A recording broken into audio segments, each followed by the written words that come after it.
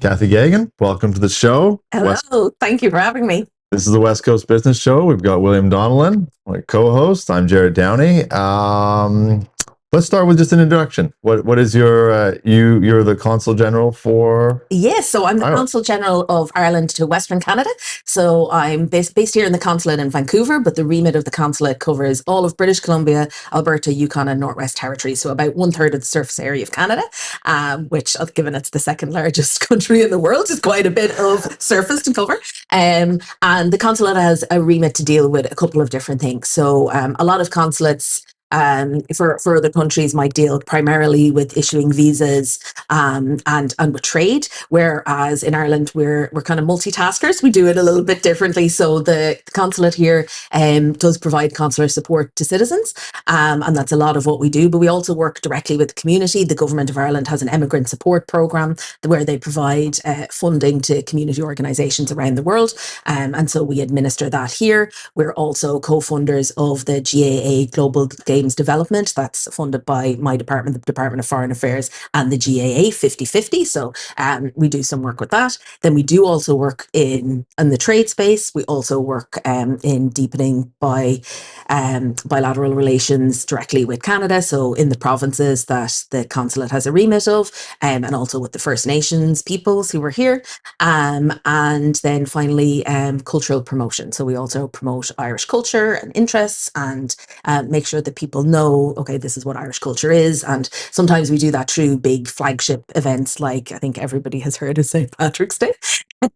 We're very lucky to have a very famous national day all around the world, but also smaller things. So whether it's our sports teams coming over or Irish musicians, Irish theatre, Irish writing, and making sure that the people of Western Canada get to hear about all of that good stuff. So it's a very broad remit, but a lot of good, interesting things in there.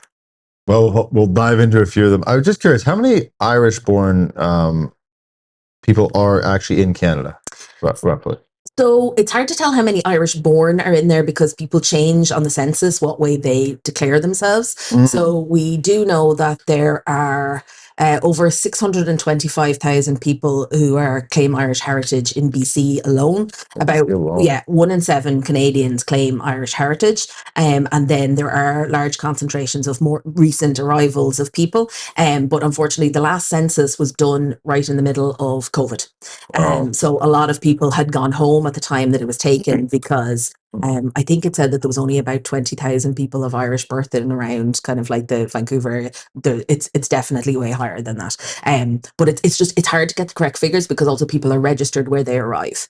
So we only have direct flights, unfortunately. I am working on it.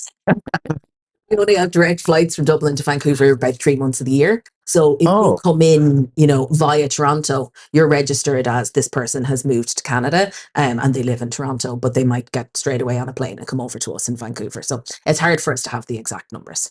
I see. We done market research for our franchise probably a year and a half ago now. And the gentleman that done that across Canada for us claimed that 20% of Canadians claim to have some Irish heritage. Yeah, 20%. He said, and I think he said to me at the time that if you Google it, it's like 14% or something. But he said my number is closer to 20%, which I was pretty shocked. Wow. Yeah, I mean, growing up, I would say that's accurate. I think it's like 55 or 60% on St. Patrick's Day. Yeah, exactly. 70 to 80. It is true. It's one of those holidays that everybody just adopted all over the world. I mean, it's kind of the perfect holiday, though. It doesn't even need to be a day off to be a great holiday.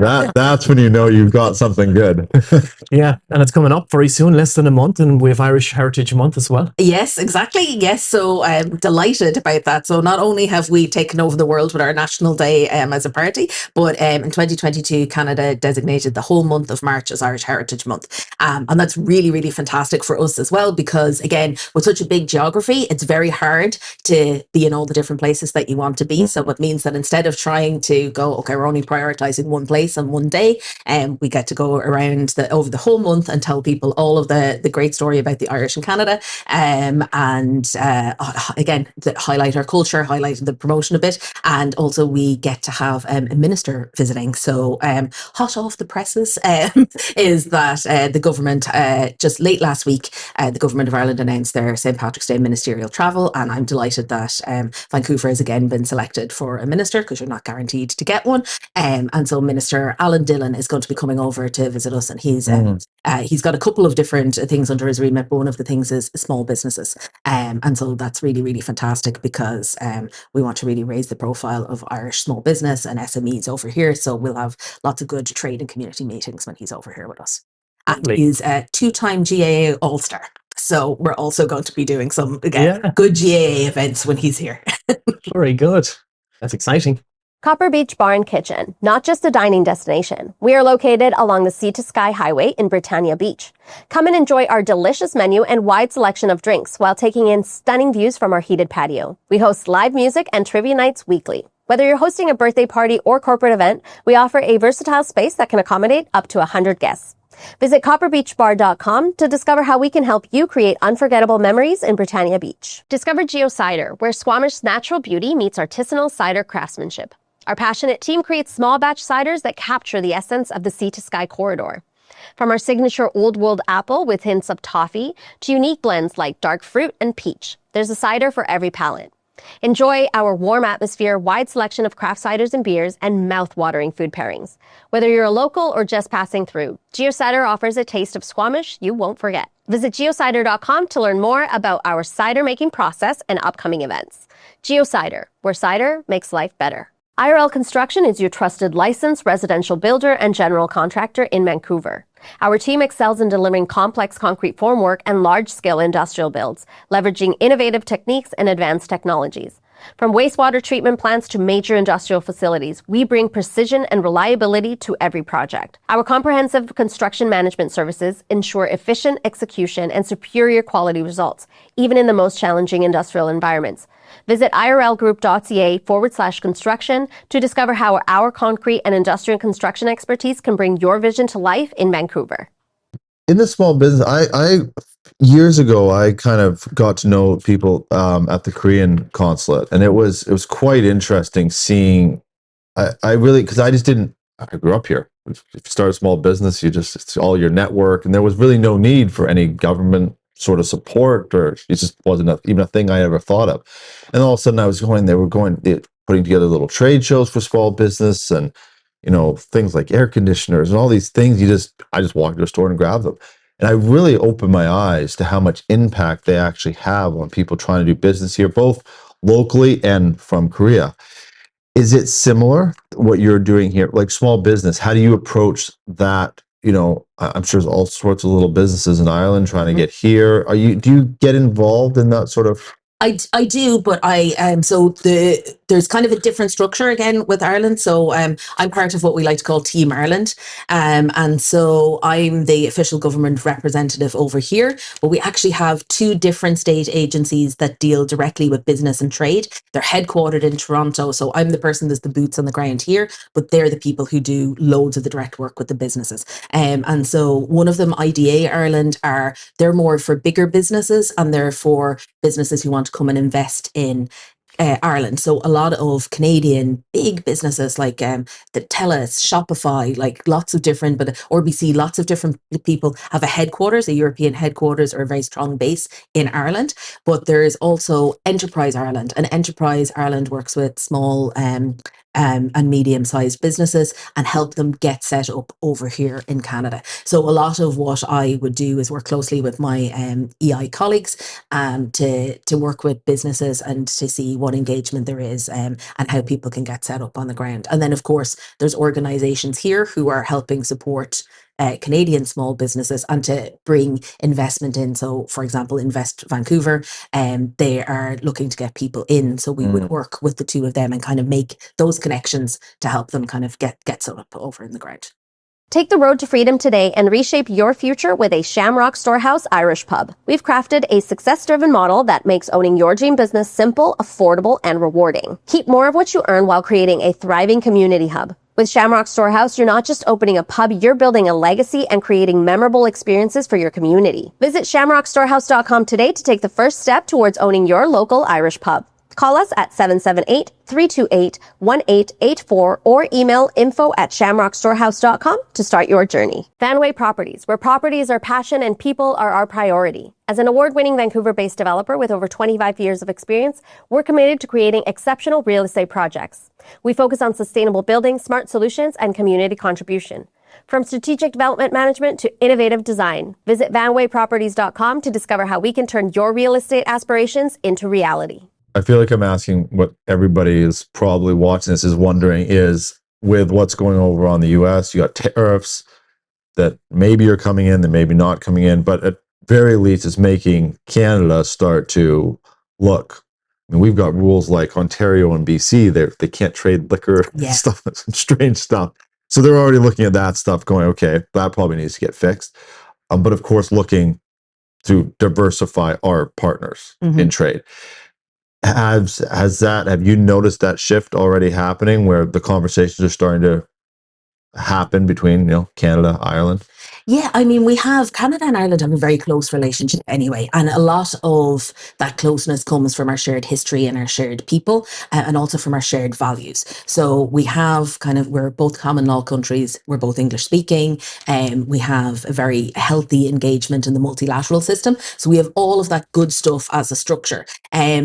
There's always been a very strong trading relationship with the east coast of Canada and Ireland, but based over here in the west, it has been a little bit more difficult to maybe turn the gaze of business away from your neighbours to the south and Asia, because historically there's a very strong trading relationship there. So I've certainly noticed a marked shift in the willingness of people to realise, oh, look, there's the EU is sitting over there. Now, so the EU single market is one of the largest markets in the world. So it's really a no-brainer as a place to get in. And like for Ireland, I see Ireland as the natural gateway. So again, we're an English-speaking country. We can be your English-speaking base in the EU. We also perfectly straddle the trading day between the Asian markets and the markets in the States. So the time difference works well there.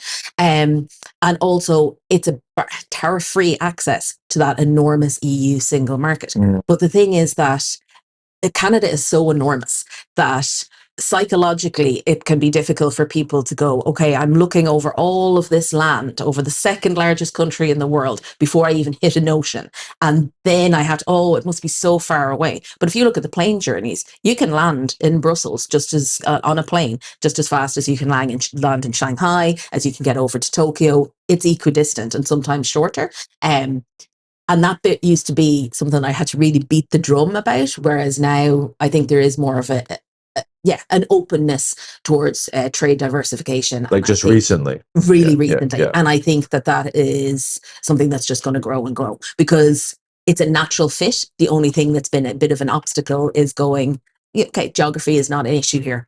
And I think that people are realizing that more. So I've really seen an uptick in that. And I think it's just going to continue to grow and grow. And something that, as you said, we don't know what's going to happen. It's something quite frightening is looming over, the relationship. Will those high tariffs come in? Will we get another stay of execution on them? It's kind of all to play for at the moment. We don't know what's going to happen, but I do think that initial gaze towards the EU, that's going to yield results regardless. So I think it's something very positive has already happened out of this, and it's something that we will continue to build on. What sense do you get when you're I'm in the business community, people chattering and talking about it, on that specifically, that diversifying?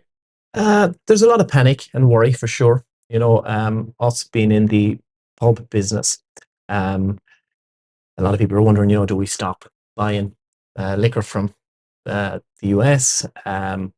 And I just said, let's sit on our hands for now and see what happens. We don't know what's going to happen, and that's worrying, but we'll know very soon. Mm-hmm. But I think, it's a funny thing to say, but I genuinely believe that a lot of good will come from this. Mm-hmm. As you said, it's a bit crazy that we can't trade between our provinces here in Canada. It's strange stuff. Like, look in Europe, we can trade all over Europe with different countries. And I genuinely think, and this is just my opinion, that, Donald Trump is looking at North America being a Europe. And he's talking about taking over Canada, and sure, it's all North America, and let's, remove the borders, and he wants to trade away. amongst the different countries, and he's putting in these tariffs and making life more difficult, so he can eventually say, well, let's take them all away now and let's just be North America. Mhm. And he wants North America to be a Europe, and he has a greater region for himself and the US to control. And somebody said that to me, and I thought, geez, that's a bit crazy, but it kind of makes sense, and it might be something that he would try to do. But it might be the wake-up call that we need. I think it's time to press reset here, and just when COVID happened, we couldn't get masks, we couldn't get vaccines. We were at the mercy of a lot of different countries, and we were promised that we were going to rectify that, and we would be able to create our own supply going forward. I don't know if any of that has happened since, but I think we need to do that in many industries. Canada is a great country, second biggest country in the world, as you said. I couldn't think of anywhere else I'd rather live, outside of Ireland. It's just, we got so many natural resources.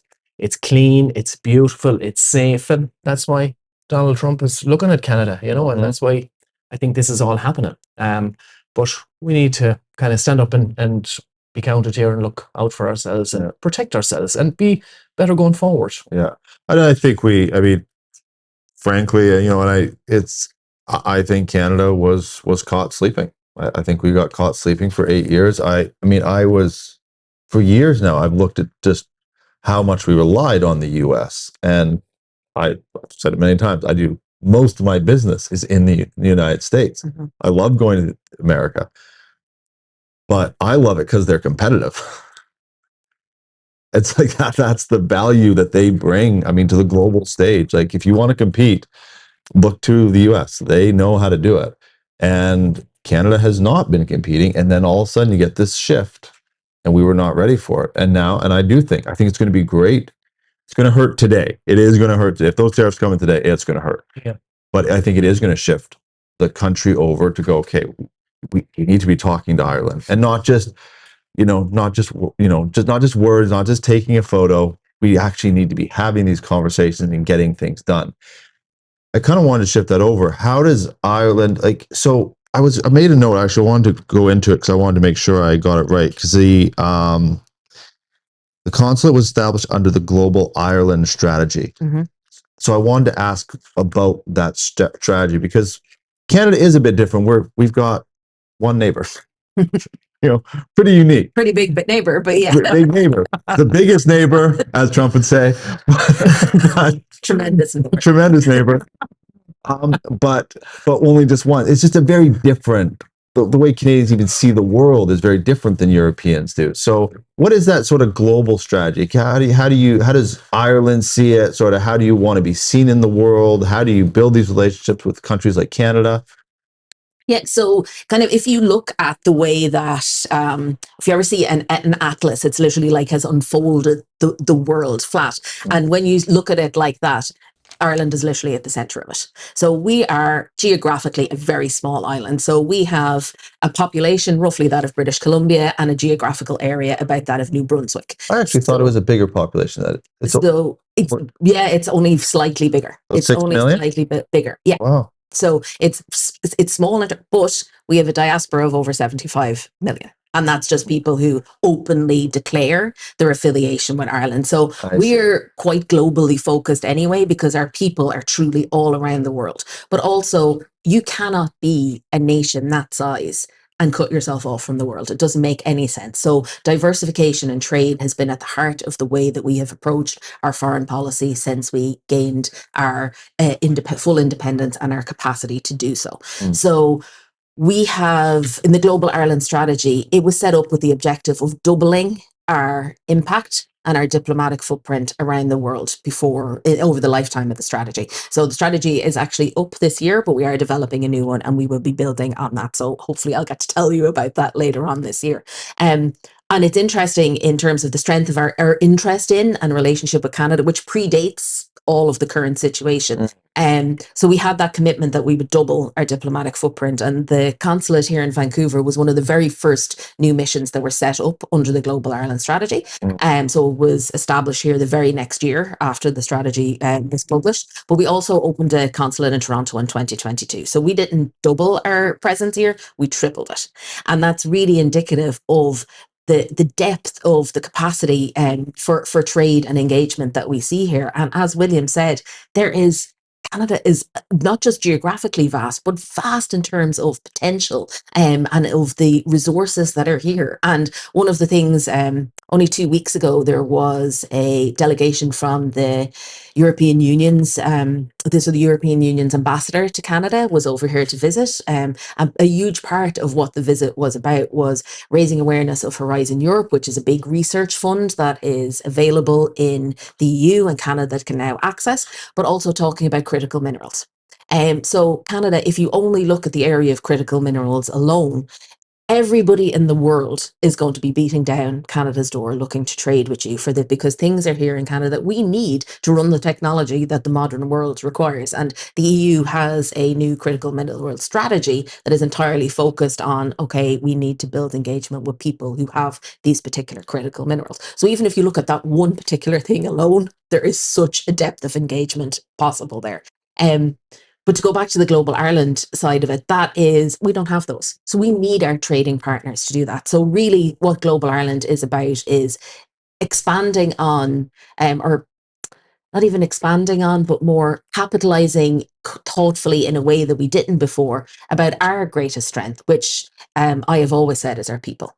We have people all around the world who are totally embedded, and William, you're a prime example of this, who go to a new country and become a citizen of that country, become a contributor to the economy, to the community, to being a true success story in the place that they are and still remaining totally Irish. And I think Irish people do being a dual citizen better than anybody else in the world. And so when we go to other countries, we have these people who are totally embedded in the place that they are, that we have as the first point of contact. And so the Global Ireland strategy really was a dream, because all it did in some ways was formalize something we've done informally for centuries. And our people-to-people engagement is at the heart of everything that we do. William, what is that sort of from your standpoint when you're seeing sort of that? You said doubling the footprint is the goal. Does that sort of even directly or indirectly affect you or the community here in that's trying to grow, but they're kind of holding on to that heritage? Does it encourage people? Does it make people feel like connected when they're seeing the government of Ireland sort of investing in this local connection? Absolutely, yeah. We set up the consulate here probably, is it 2018? 2018. Yeah. So yeah, so 7 years. 7 years ago. I was going to say about 5 years ago. So 7 years ago, and that has been just phenomenal. Like, just to have that support here, to have those events at that location, to have kind of a clubhouse, a base for people to come together, to have events. It's really changed things here for me anyway, personally. And Frank Flood was there for a few years, and then you took over yourself after Frank. And I just can't say enough of great things about the both of you, and I mean that. The support that you have both given to our community, it's just incredible, and it really, it brings everybody together. It allows us to grow a little bit, and it gives us that bit of additional security, I think. You're a long way away from home here. You're 5,000 miles away from home, and it's hard. And just to have that leadership, it's great, and we'd be lost without it. Absolutely. I love the fact that you said it's like a clubhouse, because I am always trying to get people to think of the consulate as a convening space, and this is a thing that it belongs to the community. That is what it is there for. That is the purpose of it. And so it's fantastic that you said that it was like a clubhouse. 'Cause yes, that's exactly what we're hoping for, because I love my job. I can't stress enough how much, and it is a great honor to get to represent my country. But we all have a set term, so Frank was the first person who was here. He set this up. None of it would exist without him. He found that lovely location, and I'm obsessed with the view from the consulate. So you have to come to the consulate function room and check it out. You actually talked about possibly filming the Shepherd. Yeah. Right. So, well, maybe next time, because it is lovely. But I'll be gone soon, and every 4 years a new person is going to show up. What will be the same is the community who are here. People will come and go, but there is a core of the Irish community here. And the consulate is really for them. So, it's fantastic. And it really puts us on their radar as well. As you said, we have a minister coming again this year. We Yes. had one last year. And that's a very special thing, that doesn't happen for everybody. No. And we're very grateful for that. So thank you, because I know you put a lot of work and effort into that. But looking forward to meeting Minister Alan Dillon. Yes. Good Mayo man. My sister lives down in Mayo, so she's a big fan. And my niece and nephew are huge fans of his, so I'm really excited to meet him. But no, it's phenomenal, Jerrod, just to have that support here. It really is. We couldn't manage without it. I was curious. You said 4 years. I actually don't even know what that system is. So it's a maximum of 4 year, like a term almost. Yeah, it's almost like a term, and very occasionally it might be extended by a year, but it's always, rotation is built inherently into our system. So it's also quite unusual not unheard of, but Irish diplomats would normally go home between each of their postings rather than just going, to a country, to a country, to a country. So to make sure that we're as plugged in at what Ireland is really like as possible, and make sure that we stay Irish, because that's what we're supposed to be doing, is representing Ireland. So we go home to top up on our Irishness nearly and go out somewhere else again. Yeah. Go home for like the real St. Patrick's Day. Is that standard?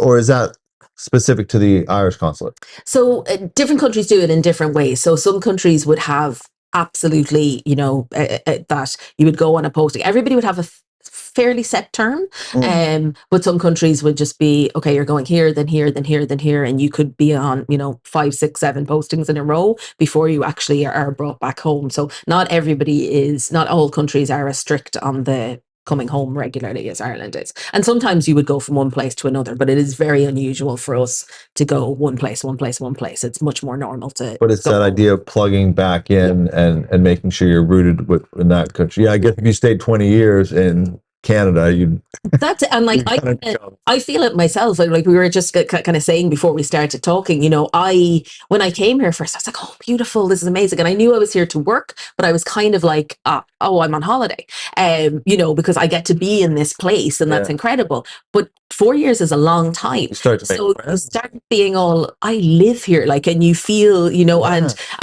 more and more, I'm just like, now if I had come over here on, the 2-year visa, I would already be in the PR process by now, or I would, you start thinking in your head, where would I be on the journey of being here if I didn't come with this particular role?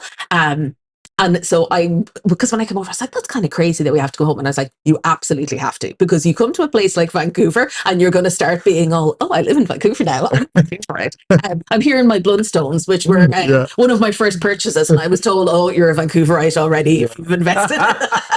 Yeah. That actually might be true. On too. I guess there we I don't know how an Australian boot company became the official mascot of Vancouver, but there we go. Yeah. And I'm truly not a Vancouverite, because I can't wear them. They just don't fit my feet. So I got to buy every other brand other than Blundstone. I think my family has about 1,000 pairs though. What is with people coming over, because you're here kind of that communication element for Ireland. What should people expect, if that makes sense? Like where is the culture the same? Where is it different? I mean, of course, William, you can speak to that as much as anybody, but I was just curious, what's your sort of communication like as people doing business here, bringing families here, even coming to visit? Yeah. what is that message sort of you bring to them? Well, kind of in terms of businesses coming over, I think that Irish people have a real, and you can speak to this, like Irish people have a real can-do attitude. They're kind of multitaskers. They're not obsessively linear thinkers. So you come across an obstacle, you don't go, I have no frame of reference for this, so now this is dead. You go, okay, how do we get around this obstacle? So I think people coming over with a business mindset are going to do very well here. But because so many people have come over here, people kind of have an automatic expectation of success. And it's not that easy. So just because Canada is saying we need people to come over and we need skilled people to come over, that doesn't mean you can come in and go, you might have been the CEO in Ireland. You're not going to get to slot in at that level, so you have to put in a lot of graft here. So I think there is a bit of a cultural shift of nobody here is going to be all like, oh, really, you've got a master's from Trinity, I'll give you a job. That doesn't wash here. So people, you're new. So yes, there's a lot of things that are similar, but you're still new. So you still need to prove yourself. And I think that can be hard for people because especially people who come over on the 2-year visa and they're looking for work, and then it might they're here a couple of months and they still haven't found a job, or, they've taken a temporary job, but it's not in the area they want to work in because they thought it would be easier to slot in. And some of that is just CVs are done differently here, but people don't necessarily want to adjust to it. We're like, well, this worked for me at home, so just give me a job and let me get started on my time here. It doesn't work like that. So I think, yes, we have a lot of things the same, but there's some things you need to do different. And one of those things is Irish people are terrible at bigging themselves up. Like, you would be mortified to be seen to be overpraising yourself. And, so even in job interviews, Irish people tend to be, oh yeah, no, sure, that wasn't that much. So this is like this is actual cultural thing? Yeah. And so like even in Ireland or overseas? In Ireland as well. But in Ireland, we all do that, so we understand it. So an Irish person goes into a job with a panel of Irish people in Ireland and is kind of playing down a little bit their achievements. So it's there on paper, but they're like, oh, well, I'm not going to talk about it. Don't be forcing me to praise myself. Notions. That's it. Like you can't have notions in Ireland. It's really like, it's not a good thing. So then they come over here and everybody is, I'm incredible. And doing whatever they need to do to stand out. Yeah. And it can be an adjustment, I think, for Irish people to be, okay, they don't get that it doesn't translate. Because if you, like, Canadians are obviously expecting you to big yourself up in an interview because that's kind of normal. I would think Canadians are even less, they're not as much like that as, let's say, Americans would be. Because I've even learned doing business in America, you got to get on a meeting and you got to go hard. Yeah. Like, you got to say what you do well, and you better be really clear. If you do that sort of Canadian, like, well, Canadians will take 4 months to make a decision that an American will make in 2 days. And I'm not exaggerating that. But so even, are you saying it's even more so in Ireland? Yes. That's sort of that. Yeah. So like Irish people don't like to self-praise. And like they will praise, like the two of us, I would be like, William is the best person in the world. You will never meet another person like him. I'm actually not that great on it. Whereas William will be like, Cathy's fantastic. But don't. So you need to bring someone with you to the job. Yeah, exactly. It's not that we don't see the things, but it's like you don't self-praise. And that's something I think culturally. But culturally, if I'm doing the interview, I know what you're doing. So I see through, I go, okay, you're not going to come in here and brag the whole time. So you're showing that you're, have some humility. But on paper, I can see you know what you're doing. Yeah. And so like we do with newcomers, we do have to say, get out there, network, talk yourself up. Don't be shy in retiring, because nobody is going to come knocking at your door going, would you like a job because you've got this great experience. That's not how it works here. Yeah, people, how many videos are there on YouTube talking about, I don't even look at the resume. People brag about not looking at the resume over here. US and Canada both do it. Have you had that experience? I've kind of heard this, but this is exactly what Cathy said, and you mentioned networking. I didn't know what networking was until I came to Canada. You wouldn't go networking to get a job. Like, was it a term people didn't throw it around? No, it didn't happen. I grew up in the west of Ireland, in Galway, probably a couple 100,000 people. And there was no networking events. You didn't go to specific networking events. Look at Vancouver. They're everywhere. Every night of the week. Commerce. And you have to put yourself out there. You have to go and put yourself out there and meet people. And as you said, big yourself up. You have to tell them how good you are. I remember when I came here in 2009 with Laura, we were months sending out resumes. We'd call them CVs in Ireland. And no one was getting back to us. So somebody mentioned to me, I was down at Doolan's pub on Granville and Nelson. And a guy said to me at the bar, buy a pair of boots, get a vest, get a hard hat, walk into a site. You know, I thought, geez, it's a good idea. So I did do that. And he said, But in Ireland, you wouldn't do that. you wouldn't do that, but in Ireland, maybe it's because we're smaller communities. You probably get a job pretty quickly through word of mouth. Oh, I you see. know, Okay. yeah, You would need to do it. you'd know somebody that Right. would. Okay, I'm a carpenter, and okay, John up the road. You know, his son is a carpenter as well, and he might be able to get you a job. And I Right, think that okay. it would more so work like that. But I remember going onto the site. It was 1077 Granville Street, and that company were renovating Granville Street at the time for the Olympics.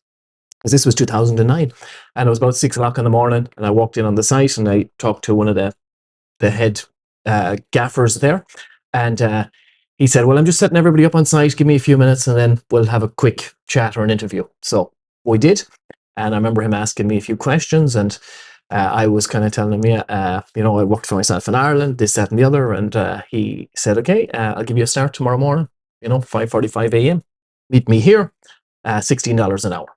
And as you mentioned, people come here and they think, I have people who come here today and they say, okay, I want to start laboring. I have no experience and I need to get $30 an hour, and you're kind of thinking, geez, it doesn't really work like that. It's not just automatic, and you have to kind of prove yourself. Yeah. And it's hard. It's tough. You're 5,000 miles away from home and you don't have those connections that you have at home. Mhm. And it can be difficult. And actually, sadly, last year, I remember a couple of young brothers coming here and finding it difficult and going home without even getting a job, after a few weeks. Found it difficult to get accommodation, Yeah. found it difficult to get work, and just found that the cost of living here was pretty high. And their parents said, just come home again. And they did. And that was the first time I had ever seen that happen. But I felt very sad about that. But that's what can happen. You have to, you have to kind of come here and be prepared and put yourself out there. And, it's like I said to them, and I say to everybody that comes, I said, you're looking for an apartment. Okay, that's the first thing you want to do is find accommodation. Look at 20 places. And when you can tell me that you've looked at 20 places, come back to me if you can't find one. Yeah. And they do always get one after they've viewed 20 places. It might be the second or it could be the 19th, but they figure it out. Mhm. But it's kind of, you just have to keep banging, and working at it, and it will work. But now that we have the Irish community here and yourself, it's that bit easier. Yeah. There's somebody to turn to. Everybody kind of supports each other.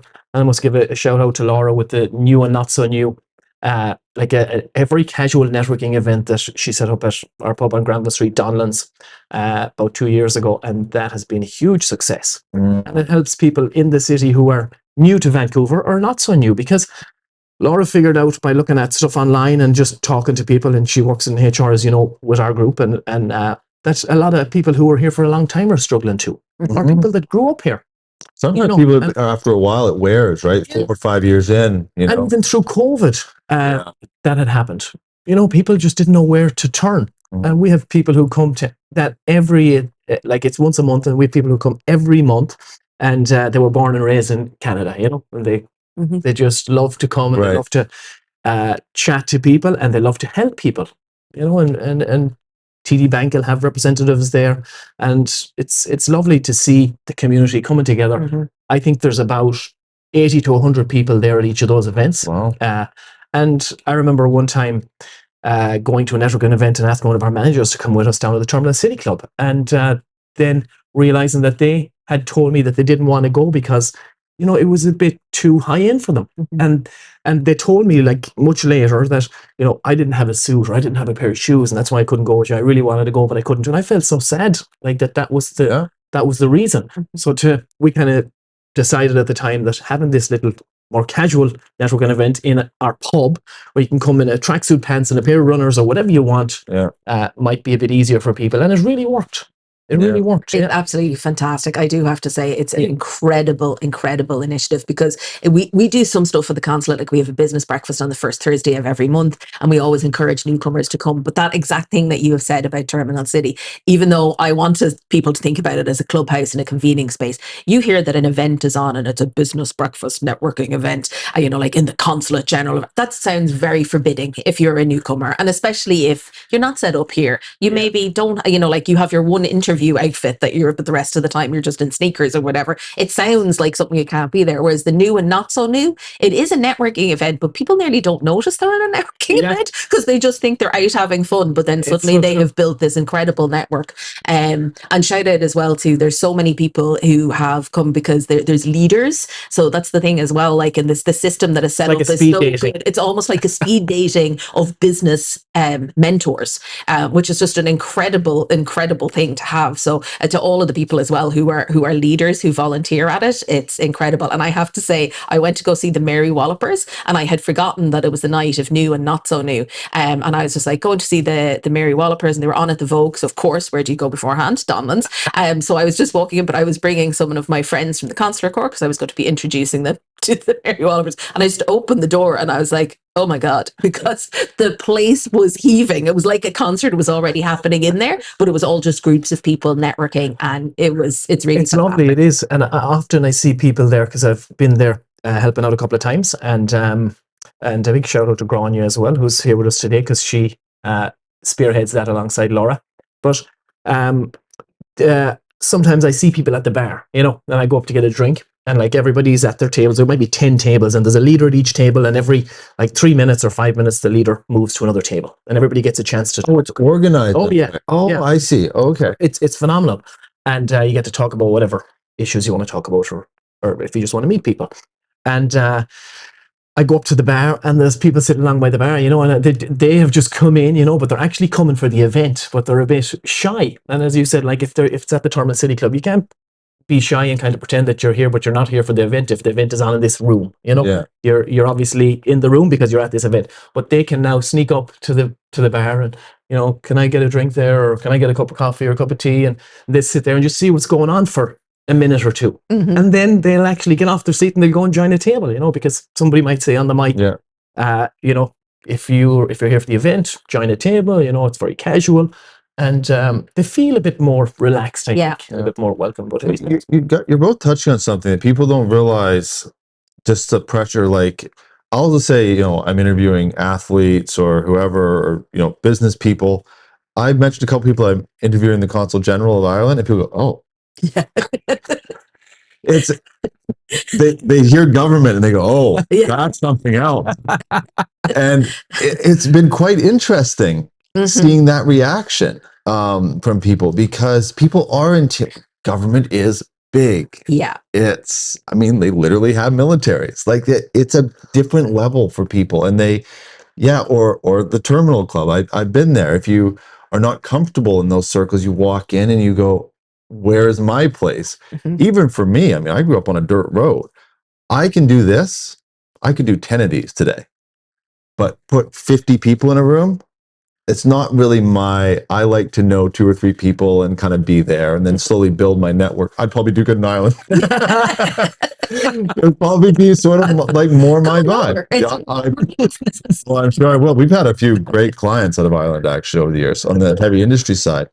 But you don't know sometimes you don't know what, I don't know much about on the immigration side. Well, actually, I married an immigrant, so I see lots of people, trying to sort of make their way, and you don't always know what's tripping them up. Mm-hmm.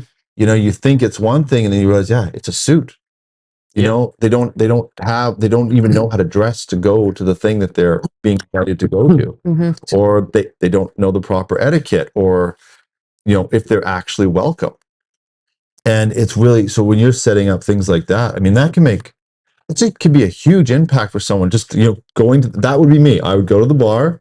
I would sit there and I'd try to figure out what's going on. I'd go, okay, I slot in right here, and I can start to build it from here. Oh, it's once a month, so I don't have to get it all done tonight. Mm-hmm. I don't have to talk to every business leader.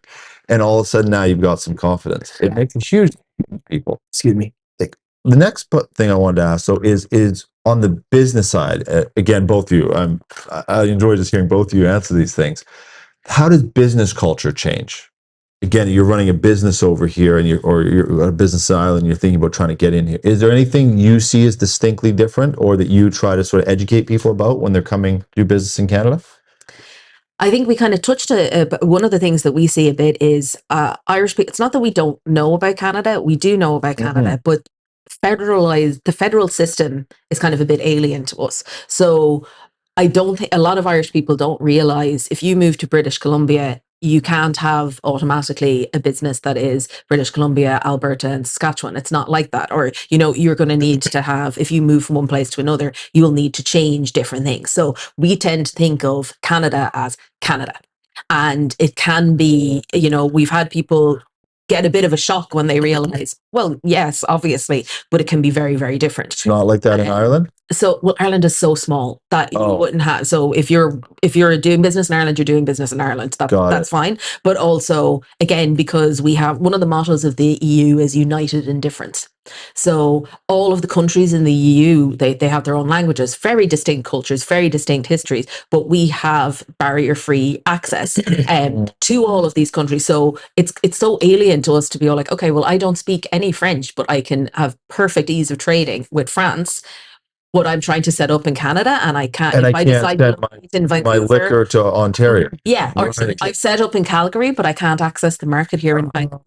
So that's something I think that is very different. And like we do try, obviously we're educating people about that before they come, and that's okay for businesses setting up, but it can be a bit off-putting for businesses thinking about coming to set up here, especially if you're doing something relatively niche. You want to be able to access every potential market for your product. I could see this being the reverse. I want to go back to that, but I could see this being the reverse for Kent, because if you've grown up in this business culture, you wouldn't necessarily think, like when you were saying that about Ireland, I was thinking, well, they still would have different areas, but it's not like that. And you have access to the EU. Yeah. So all these restrictions I would assume would be on there, not necessarily don't exist. And just to give you a very simple example of that, and what a pain that it is for businesses, and how crippling it is here for businesses, because we talk about this a lot with our Bar Watch, which we meet monthly, like local businesses in the hospitality in Vancouver, and the permits, the licenses, the fees, like, industries that are trying to bounce back after COVID, and then we're going through inflation and everything else that goes with it, and now these tariffs, and these things are just crippling the operators. This pub here that we're in, right, Smiths and Gastown, we have 3 different licenses for 3 different areas, and every year we renew that license. We renew those licenses, and let's say it's a couple of $1,000s to renew each one of them. Why can't it be one license for the whole area? Well, that'd be $2,000 instead of, yes, exactly. Yeah. When we want our patio out the front, our temporary patio, again, another license, and do your design. It's the same every year, but you got to resubmit, you got to pay your fees, you got to get your license, you got to pay for that. And it's just pay. And in Ireland, we grew up in the hospitality industry in Ireland. There was none of that. Another example is liquor inspectors. I'm not saying that we fire all those liquor inspectors and they shouldn't be here, but in Ireland, growing up in the industry, there's no liquor inspectors. They don't come in and do a count every weekend and make sure that you have like 44 people in this room, not 50. And if you have 50, give you a warning, or if you have maybe 60, give you a $3,000 fine, which happens all the time, by the way. In Ireland, they don't police that really. If there's an issue, like you're an experienced operator, that's your job. If there's an issue, you deal with it. If it's serious, you call the police. And it's the same thing here. If there's a serious issue here on a Friday night, we call the VPD. We don't call the liquor inspector. Right. So all these people are kind of here, and they're just kind of like holding up the operators, or the operators are concerned about this, that, or the other, because this person here is standing up and dancing where they should be sitting down and not dancing, or, whatever it may be. But there's lots of like hoops to jump through and lots of red tape, and it's a bit crazy. And it just shows what we're going through with the tariffs at the moment. Yeah, no, it's exactly provincial trade and not being able to do that. It's it's a bit crazy. We're kind of managed to death a bit, and these restrictions, they're too much. Yeah, well, we're set up perfectly for success, and then restricted on that success. Look at Vegas. I was just down in Vegas playing a tournament a couple of weeks ago. Like, it's the greatest place in the world. Like, it does so well. Like, Tuesday night, you can't get a hotel room down there. And how many hotel rooms are in Vegas? I'd love to know. There's 5,000 in one hotel, and how many hotels are there? But you can't even get a hotel room. And you walk the streets, they're sparkling clean. I've never seen any trouble down there. You can take your drink, you can walk anywhere you want around the strip. You can go from one hotel to the other. You can have a bet, you can smoke in a casino if that's what you want to do in a certain area. And like, it's just a fun place. And we're always talking about having fun here. And everybody's fun. We keep restricting everybody. We want to have fun. We want Vancouver to be a fun city instead of being no fun city. But before we do that, we're going to nail you with this and nail you with that and nail you with the other. And this business is closing down every day. Oh no, I'm so bad. Yeah. And look, we're on the world stage next year with the World Cup, the biggest sporting event in the world. And I don't know what we're going to do about it, but we have some serious work to do, and it'll be an embarrassment if we don't do it. Well, again, I think if nothing else, the US is expediting that process of us going, oh, okay, we can't just coast along here. And then for kind of the same question back for Canadians, or people from different areas, even around the world, will listen to this. What is sort of the environment like in, you mentioned like the EU, but what is the environment and even the culture of business in Ireland? If someone's going there and, if you lay out that map, it's right in the center. Someone hears that and go, oh, that's interesting. Mm-hmm. What should their expectation be? And I guess the second part of that is, should they come to like the Consul? Is that a fitting thing to do? 100%, and again, depending on what the approach is, we may siphon you elsewhere in Team Ireland. So it may be, okay, you need to have a conversation with X, Y, and Z, but that's what I'm here for. So I'm flying the Irish flag. If people have any interest in coming to Ireland, doing business in Ireland, please get in contact with the Consulate. It's the best way to find out, and also to tailor the approach. So depending on what they want to do, there may be specific areas that they should go that would be better to go to. I think the only thing that I would say, and maybe this is, you mentioned growing up in a dirt, I'm the daughter of a dairy farmer, so I grew, in Ireland there's two types of people. There's people from Dublin, the capital, or there's culchies, which is basically people from anywhere else. Okay. So I'm a proud culchie. And so I would say the only thing is that when people do look to Ireland, they tend to automatically go Dublin. And Dublin is fantastic. There's like a lot of different things happening in Dublin, and there's an incredible, it's almost like a hub structure. There are so many different things in the fintech and the life sciences area there, and in technology, that it kind of creates a hub that really lends to collaboration and innovation. So that's fantastic. But Dublin is not the only place in Ireland. So we have those hubs in different places. There's been a big move to have a lot of tech companies out in the West, for example. And when people hear that, they might be, Canadians in particular, because they're thinking on Canadian scale, or, oh, well, I'm not sure I want to go out there. Ireland is comparatively quite small. So one of the things that I learned when I came over here is that if somebody recommends a day trip to you outside Vancouver, they mean something that would be a mini break in Ireland, because I've had people say to me, you should go there, it's a lovely day trip. And then I look it up and it's a 4-hour drive. I'm sorry, I'm Irish. A 4-hour drive I need to have at a rest stop in the middle. I'm going to need to stay overnight to recover. Like, this is not a day trip. So comparatively, the size of Ireland means that no matter where you locate, you can be plugged into the whole structures. You're not missing anything. So do get in contact with us and say, this is what I'm interested in doing, because there may be specific places that we could direct you to. So I would say that Ireland is, like, it's open, it's welcoming. We are open for business. There is a culture of wanting business. And we actively encourage people to come. So you're not going to be trying to crowbar into a country that doesn't want you there. So it is pro-business. We are welcoming, and we have one of the youngest and most highly educated workforces in the European Union. So we, almost every company that comes there cites the workforce as one of the most positive things that there are there, because you have, and I touched on it earlier, but we do have, sometimes in some countries, you can, I call it the the ring binder approach, where sometimes you feel like you're speaking to somebody and they're all like, okay, no, that this specific thing is not listed on this. I'll flick, no, it's not on this page either. Right, I'm out.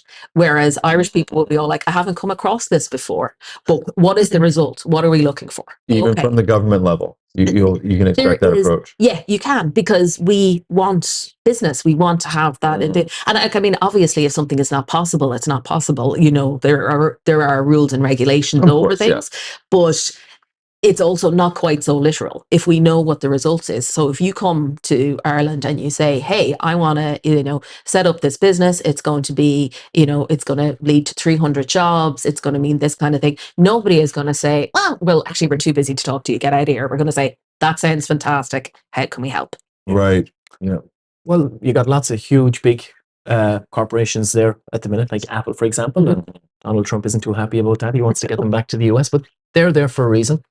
And I do agree with you. I think the Irish are pretty accommodating. They'll work with you as best they can to make it work. So there's great opportunities there. Hopefully we explore them. Yeah. I think we should.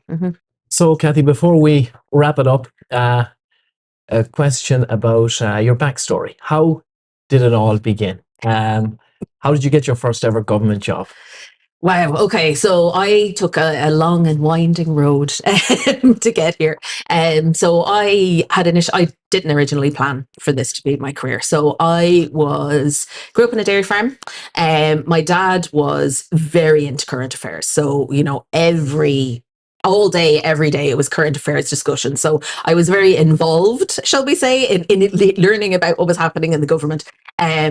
But it wasn't something that I wanted to do. I originally wanted to be an academic. So I actually even started a PhD, and I was doing a PhD in English. And so I had done my master's and I was starting this PhD, but my topic was actually utopia. And then I was just like, myself and a couple of friends were, we'll go to China. I always wanted to go to China. It was, this is quite a while ago now. So China had relatively recently opened up and it was still kind of exotic to go. And we're like, sure, okay, before I do this, I'm going to go here, teach English for a year, get to see China. I won't otherwise. So I was there during my first pandemic lockdown because I was there during SARS. So ended up trapped in a small apartment with my friends for 3 months. That was colourful, and like food was delivered like in a little bag outside every day because we literally weren't allowed outside the door. So that was all very colourful and did that. But like, I just did some traveling, and it really made me think about, growing up in a dairy farm, living through the recession in the 80s. It's not like I had a life of super abundance, but I had never in person seen poverty like some of the things that I saw in Southeast Asia. And when I came home, it made it feel very indulgent to be doing a PhD about utopia. I was like, okay, well, this is a very privileged position. So I deferred for a year, but I ended up never going back for my PhD. And in that year, I started working for an international NGO called Goal, which worked a lot in Africa and a lot of water and sanitation and very kind of immediate responses to crises in the world.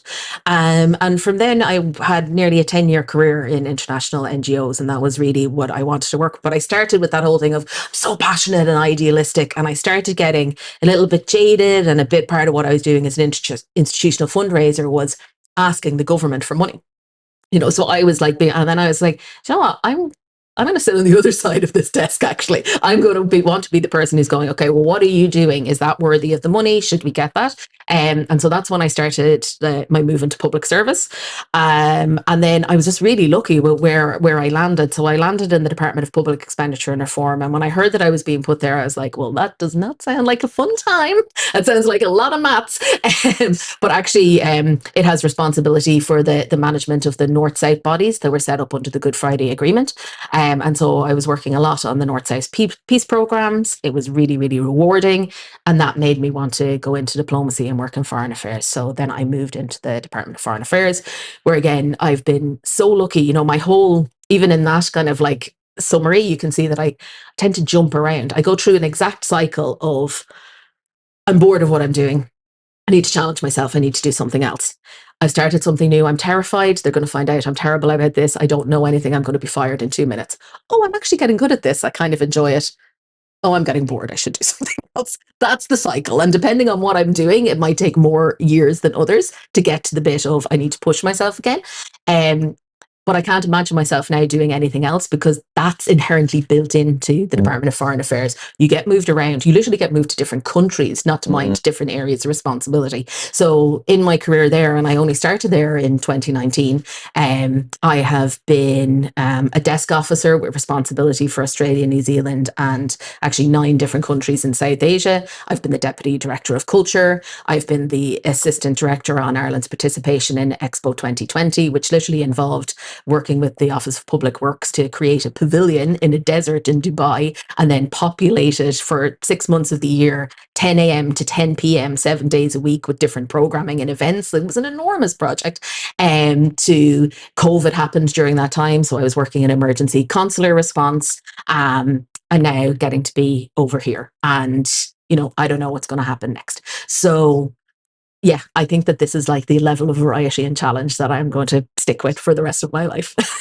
In the last interview, we were just talking about knowing who you are. It's interesting hearing you say because some people don't even realize they're getting bored. And I'm definitely one of those people. Whenever I start to get down, I can almost guarantee I'm not getting challenged enough. Like I start to feel I don't even feel like getting up. Like I get in that part of my head. And almost without exception, it's because, the thing I did yesterday wasn't that hard. As soon as I get something challenging, then the blood starts pumping and away I go. But it's kind of fascinating as well, because when I have plunged into the new thing, I'm all... Yes. Oh, yeah, completely overwhelmed. Why am I not starting again at the beginning? But like, that's what makes you kind of like feel alive. And I guess, it's terrible to... failure is an awful feeling, and I think a lot of people don't push themselves because they don't want to fail. But I have never in my life learned something from failure is the only thing I've ever learned from, actually, and if you haven't jumped out of your comfort zone, like, are you really living? Because that bit of, that's the bit that means that, okay, you're pushing yourself, and maybe it won't work, but maybe it will. Like other things have happened that, like even coming here, I was just like, look, I don't have enough experience. There's literally no way that they'll let me go to be the Consul General of Ireland in Vancouver. And like, I know loads of colleagues who didn't put in their name because they're like, oh no, they won't give it to me. But I put in the name, and it's not like they're not strict about who they come, but they were all like, oh, okay, yeah, you fit, and so like, I just like, it's the smallest things. If you don't put yourself out for something, you're never going to get it. And this is, what we were talking about the Irish people coming here. It's just like that inherent feeling of like, oh, have I overstepped?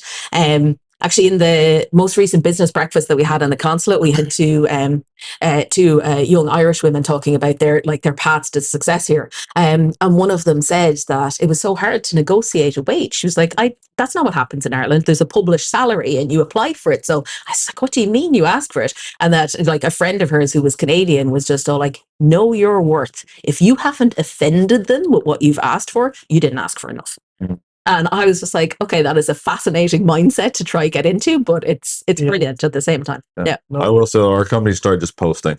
Because I got taught to never tell people what it is, and I just post it now. Yeah. If it's the right wage for the right job, just let us know. Yeah. And if you do good, of course you'll go up.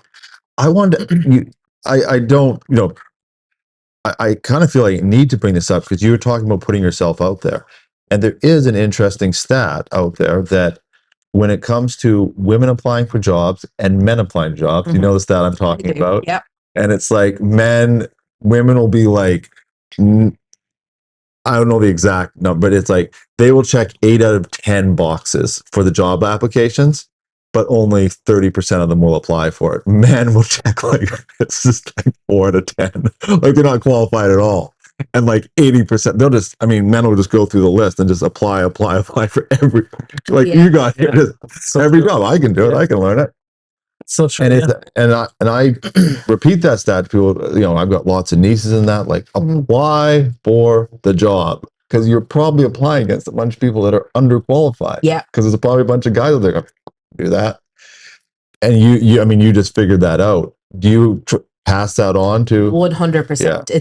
It's a huge thing that I try to tell everybody, and like also, It's just, so in my profession is like historically quite male dominated, and like quite a lot of the consular corps here is still male dominated, but kind of fascinatingly, only 52 years ago in Ireland, if a woman, there was something called a marriage bar in place, and it meant that any woman in civil or public life, if she got married, she had to resign her job. It wasn't optional. This is only 52 That years was only ago. 52 years ago. Wow. And now 52% of Ireland's diplomatic missions overseas are headed by women.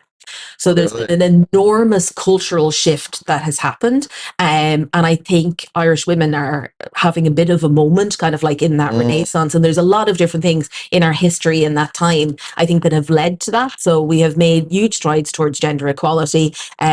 Our first woman president, Mary Robinson, when she was inaugurated, she thanked the women of Ireland, because she was just like, I was elected by the women of Ireland, who instead of rocking the cradle, rocked the system. Like, nobody thought that we could have a woman president. So it's all completely changed. But even so, there is a lot of society is structured towards telling women to box themselves in and what they can't be. And if you don't look a certain way or act a certain way, you don't deserve certain things. And so I'm very conscious that I get to now be in a role where I'm visible. Like, there's a lot of public appearances, unfortunately, because I do not photograph well. There's a lot of photo taking and being visible. But I think inherently just having some, because you can't be what you can't see, right? But also trying to do whatever events that I can that are in some way related to that, or even whenever I talk to people, to just encourage them. And it isn't kind of like, I guess it applies more to women because of that statistic, but It's not just women, of course, no.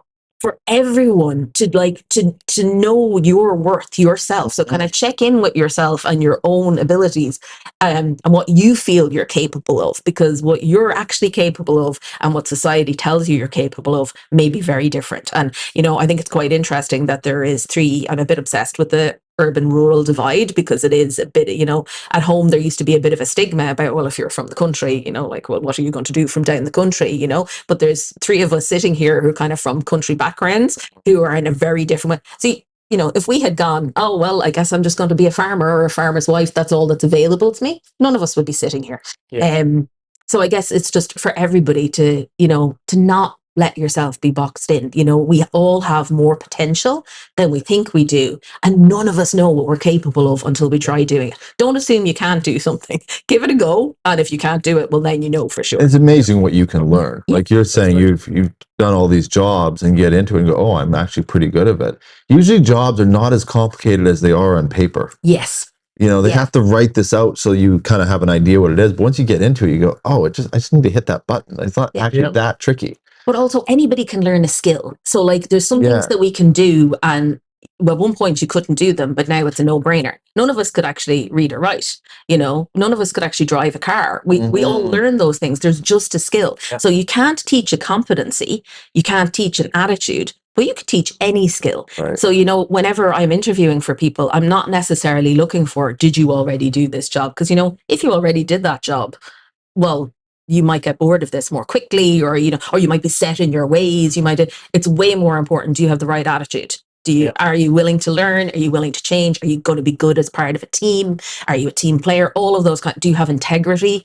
All of those things are more important, because if you have those, you can learn how to do anything. And I think employers should remember that when they look at people coming in, or when they're meeting people networking. Remember, you know, you can teach somebody how to, I don't know, you could teach somebody how to code in Fabric. That's something that somebody can learn. You can't necessarily teach somebody how to have insight into how a business works, how to improve things.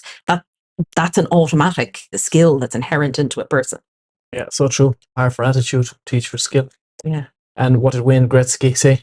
You miss 100% of the shots you don't take. Yeah. Right? Yeah. So if you're not in, you can't win. Yeah. Yeah. Yeah. Well, before we log off, I just want to say thank you so much for everything, from not just myself, but from the Irish community here in BC. I know your term is coming to an end in 18 months, and we'll miss you greatly, and we'll stay friends forever, I hope. But thank you. You have been absolutely amazing and Oh. we'll always be grateful. For Thank the you things that so you've done for us Thank here. you so much, William. That is very kind of you to say. I didn't even pay him to say that. Right? Thank you so much. Thank you. It has honestly been a delight. It really, really has. And and I'm not just saying it. Thank to you and Laura for everything that you do as well, because it's really amazing what you've built here, and to see it even in the time that I've been here, just going from strength to strength, is really, really incredible. You should be proud. Thank you. And no notions. I know you've no notions, but you should be proud. It's really Laura's. Remember, hi Laura. That's really Laura's. Yeah, and now tell us how good you are at your job, please. let's see if you can do it. Thank you both. Yeah, it's an absolute I mean, I just love doing these. Like I've told you many times, I'm doing interviews, all over the US and that. It's very nice to just do something local, and then, meet people like you and just some of the amazing guests we have on, but at a local level. It's quite a special thing for me. So thank you. Thanks for coming in. Thank you. Jerrod. Thank you, everybody, for watching. Make sure to subscribe if you haven't, and we will see you on the next episode of the West Coast Business Show.